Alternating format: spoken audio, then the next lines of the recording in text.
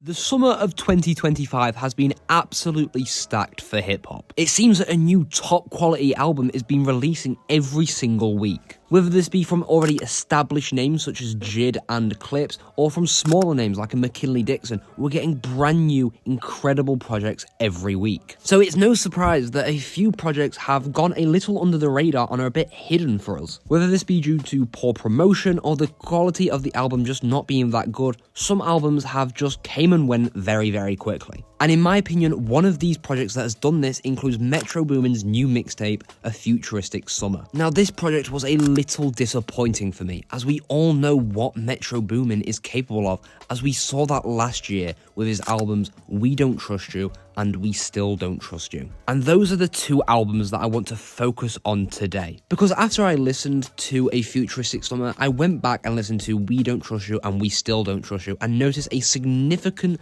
quality difference. Another thing that I noticed was that We Still Don't Trust You did so much worse commercially. While We Don't Trust You sold 250,000 sales first week, We Still Don't Trust You only sold 127,000. And I believe that this was because Metro Boomin actually made a critical mistake in the release of these two. It made one of them incredibly memorable, iconic, and even Grammy nominated, while the other seemed to come and go. To this day, I still see people talking online about the actions and outcomes that came from We Don't Trust You. However, in contrast, I've hardly heard anyone even mention We Still Don't Trust You in over a year now. But why is one held in such high regard while the other is a forgotten piece of art? Well, like I said, I think part of this reason is down to Metro himself. Whether it being intentional or not, the release of We Still Don't Trust You was doomed from the beginning. So today, I'm going to discuss the timeline of events from last year which caused the album's failure. So first, we need to go back to March 2024, when Metro Boomin made this Instagram post. This post teased the release of Metro's first album in 2 years since the incredibly successful Heroes and Villains. Now, this album had an incredibly high bar to meet. Heroes and Villains is one of the best albums of the 2020s, and there's no denying that,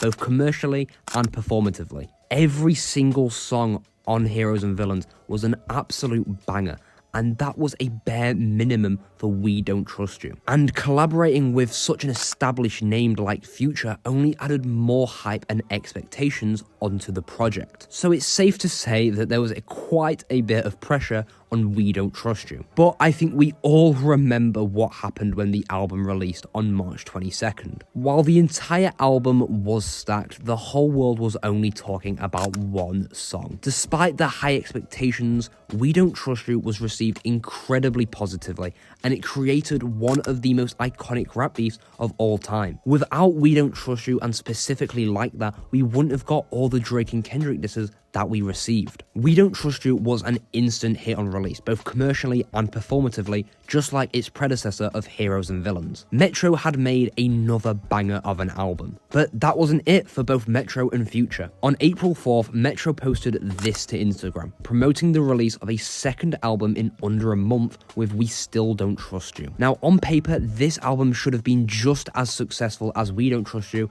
if not even more successful. Metro and Future had just released arguably the album of the year, so the announcement that fans would be receiving even more songs should have cultivated an even larger audience. However, this was unfortunately far from the truth. Like I said earlier, We Still Don't Trust You went on to receive just half of the first week sales that We Don't Trust You got. But ultimately, what was the reason for this? Why was one the biggest album of the year and the other just happened? Well, the obvious thing that most people seem to blame is the quality of the two albums. We Don't Trust You had banger after banger and some top class features, whereas We Still Don't Trust You was noticeably worse. And this dip in quality can be seen on the reviews of the two albums. But as you can see, the general consensus was that We Still Don't Trust You was only slightly worse than its predecessor. So by that logic, surely it should have got just slightly lower first week sales. Why was there such a difference in its commercial performance? Well, for me, the ultimate reason was because of the huge ripple effect that Like That had. That song, and Kendrick's verse specifically, was too influential. Whilst most albums come and go within a month, We Don't Trust You remained relevant for the whole of 2024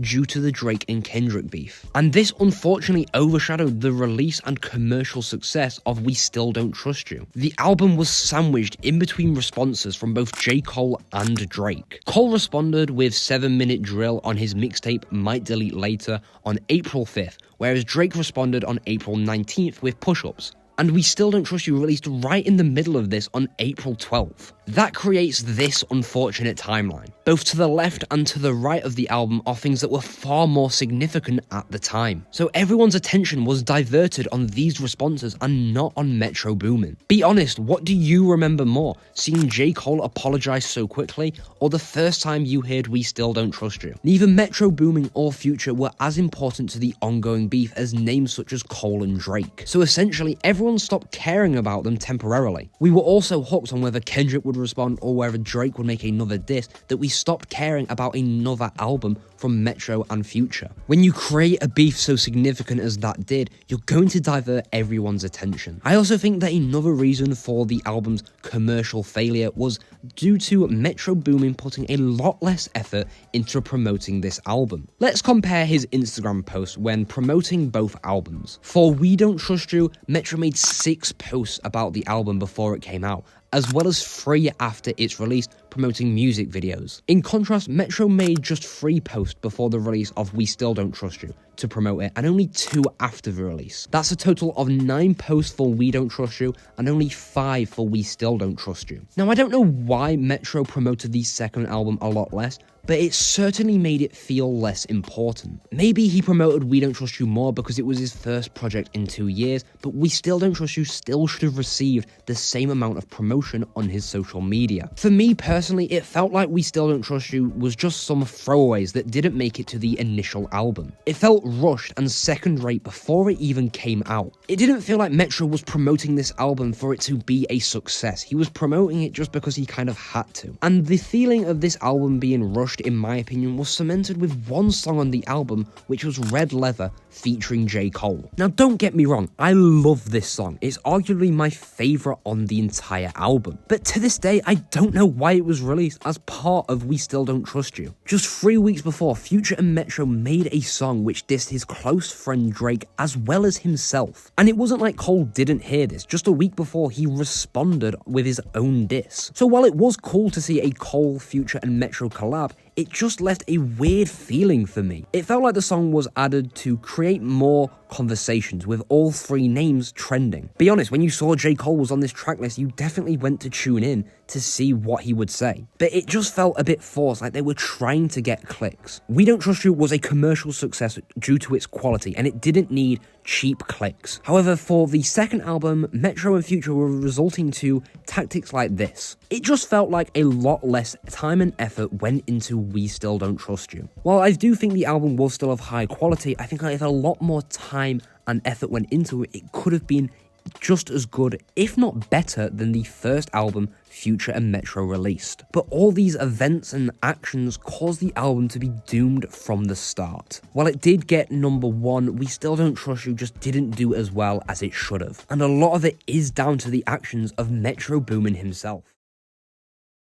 We Still Don't Trust You will always be a major what if for me. When it was released, everyone instantly gave it negative reviews as it had an impossibly high bar to reach. I still believe to this day that had the album been released at a different time, the response would have been a lot more positive. Releasing it so close to such an impactful album like We Don't Trust You meant it was doomed to fail. And as time has gone on, people have started to mellow out about the project and realize its quality. I occasionally see comments online and specifically on TikTok of people saying that we moved on too quickly from the album, and I genuinely agree. The album has some genuinely incredible songs, some of my personal favourites being Always Be My Fault and Drink and Dance, as well as the previously mentioned Red Leather. Some people have called the album bloated, which I do agree with to an extent, but it still does feature great songs throughout the entire album. And I wholeheartedly believe that with better timing and more promotion, this album could have been viewed as a great album. But unfortunately, due to the discourse of the hip-hop community at the time,